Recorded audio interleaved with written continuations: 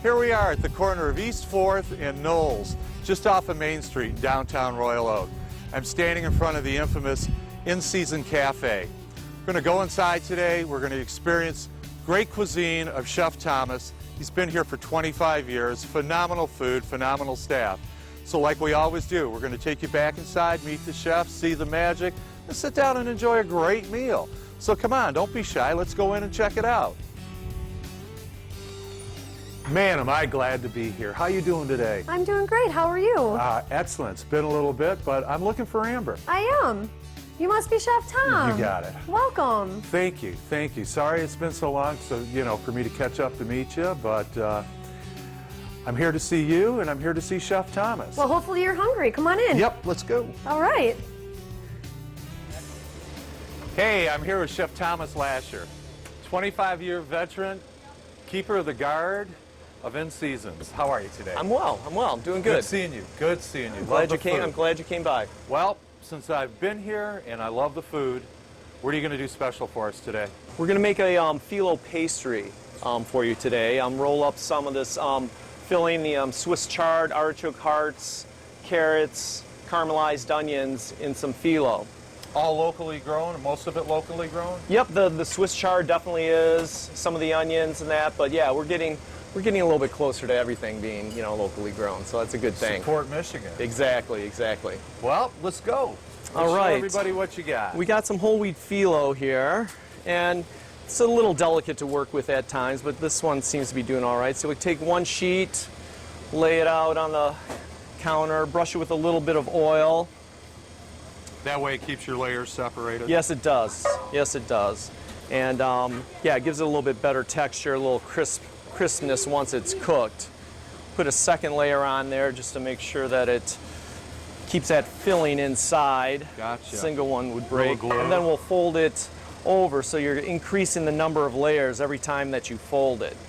We'll take a scoop of the filling here, lay it down at the one end. And we're going to do a triangle today.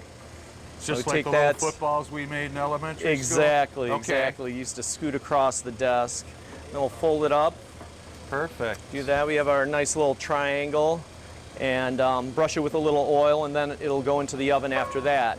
Okay. And once it's baked, we'll serve it with a red currant shallot sauce. It'll have a barley almond pilaf on the side, and then some kohlrabi slaw to go with it that has a little red wine vinaigrette on it. Right here? Yeah, that's it. That's it right there. Chris, you like this? Get a shot of that? Here. Taste division? Hang on one second there.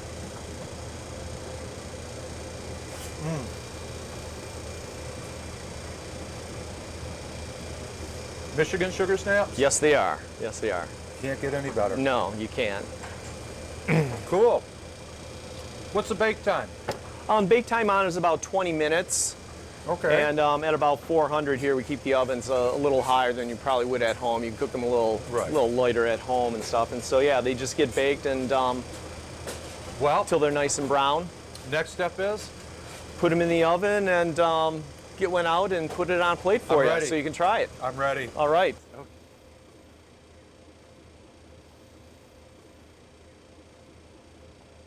Chef, so what we got is your most popular item, and this being summertime, this is no summertime blues here, man. No, it's our signature. Yeah, it's a salad with our name on it, the in-season salad. Okay. And it starts with a good bed of local greens, fresh lettuces from local farms that people give us. So, a lot of the stuff hasn't even been cut out of the field more than a couple of days, so it doesn't get any better than that. And so we start with that, and then it gets basically a little bit of everything. We'll get some tomatoes. It's nice to get these sliced a little bit so they're not. We'll give everybody a fighting chance. Yeah, you don't bite into them and then they don't explode all over you. So we'll spread those around the edge. Give them some cucumber as well. You want to get some of this stuff displayed. Nice English. Yeah. They get a little bit of our nut mix. It's walnuts, sunflower seeds, some sesame seeds, and raisins. What's the story behind that? Back in the late 80s, I mean, all vegetarians and stuff were eating sunflower seeds and everything. So yeah, there's a lot of stuff that's, kind of holds true throughout. So we got that. Yep, we'll give it a little bit of red cabbage, some color on there, a little bit of cauliflower, a little bit of broccoli, some garbanzo beans. See, to me, Few of those. this will knock the socks off of any Cobb, any of the classical salads. There you I mean, go, you yeah. Can't get any healthier. No, with everything. Everything's on it. Everything's fresh cut, yep. everything's on it, it's not out of a bag. And then the sprouts that we use are sunflower sprouts. We get them from Really? a gentleman outside of Ann Arbor. He grows them in trays, and he delivers them to us in trays. So they're actually, growing in a soil of sorts, and then we cut them and clean them and put them on there. And then they get their choice of like avocado, cheese, or a vegan cheese that we have. Okay. Or they can get a mix of that as well. So if they want a protein or extra fat into the salad. Exactly, they can do that, or a tofu as well. Or tofu as well for protein. Tofu, and then they have their choice of like 6 dressings, which are all house made. We have a tahini, a honey poppy, a Thousand Island. We have a balsamic, a Greek, and a Caesar.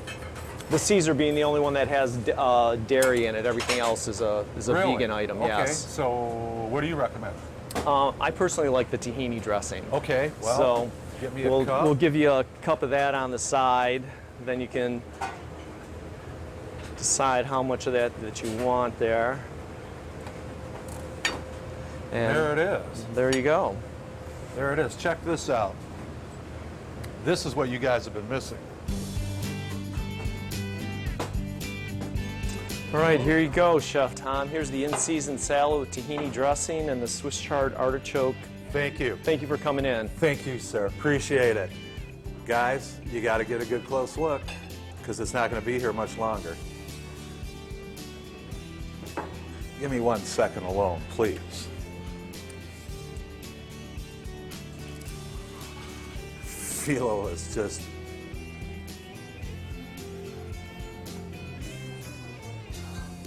Of course, I'm smiling.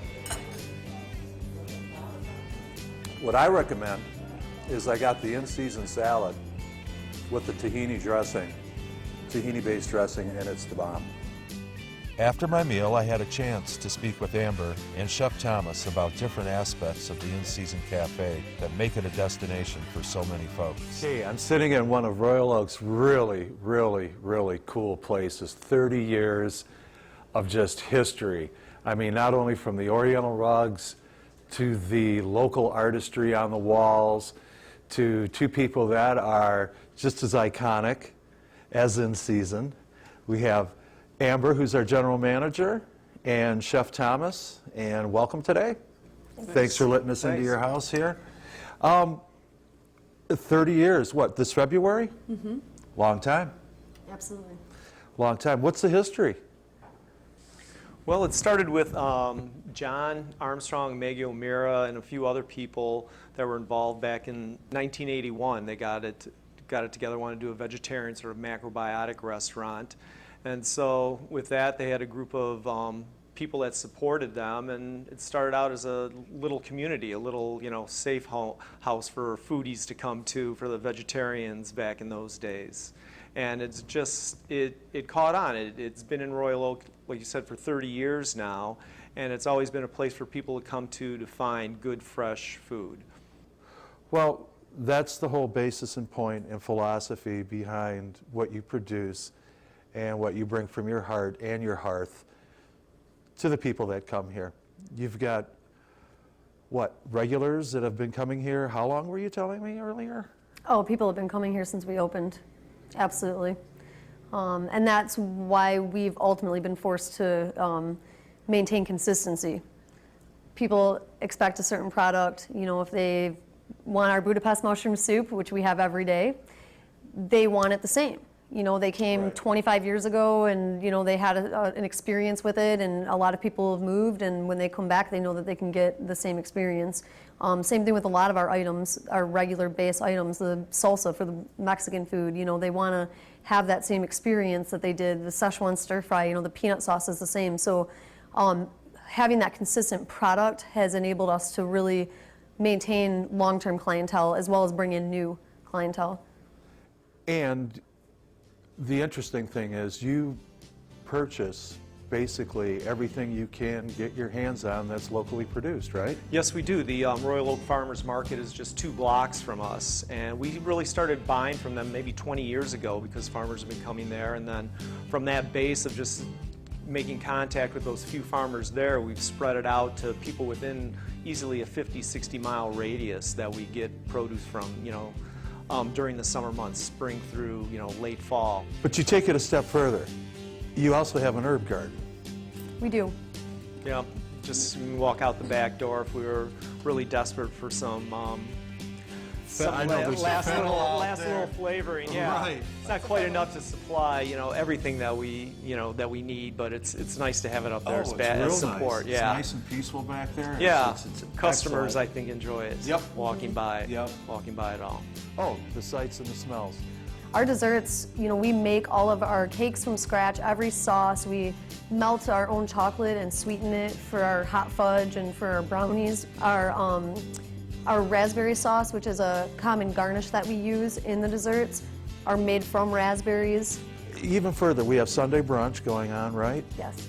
Okay, and the favorite item on Sunday brunch, I'm guessing, is the vegan omelet? Vegan omelet. There we go. Yep, that's our most Yep. popular item on Sunday. Even over the regular. Yep, over the regular omelet. We introduced the vegan omelet before the actual egg omelet, and it became more popular. Our egg eaters are opting for the vegan omelet because it's so good. What about the cookbook? What's up?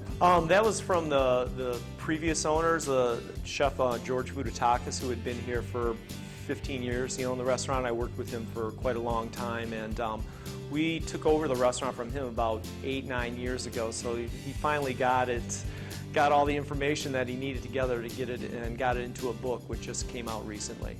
And people love it. They really do. So you two, thanks a lot for having me into your home. I really appreciate it. And as I know, so do our guests appreciate it, because now they've got a real good idea of what greatness goes on here.